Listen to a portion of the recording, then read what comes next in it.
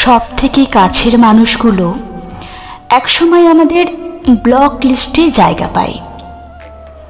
আমাদের জীবনে এমন কিছু মানুষ থাকে যারা আসলেই বিরক্ত করে না। তারা মনের দিক থেকে ভীষণ রকম সরল হয়, অথচ তারাই ব্লক লিস্টে থাকে। কেন জানো? কারণ একটা সময় পর কিছু মানুষের প্রতি আমাদের আর মন থাকে না, পুরনো অভ্যাসগুলোই ভাঁটা নামে। যাদের সঙ্গে সামান্য প্রয়োজনের তাগিদে আমরা জুড়ে থাকতাম, সেটা ভালোবাসা বা অন্য কিছু হতে পারে।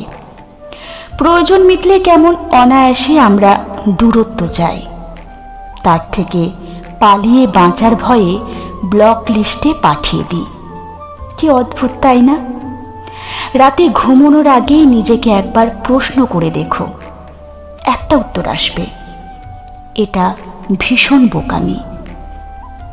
আসলে মন থেকে দূরে রাখলে কি আর ব্লক লিস্টের দরকার হয়?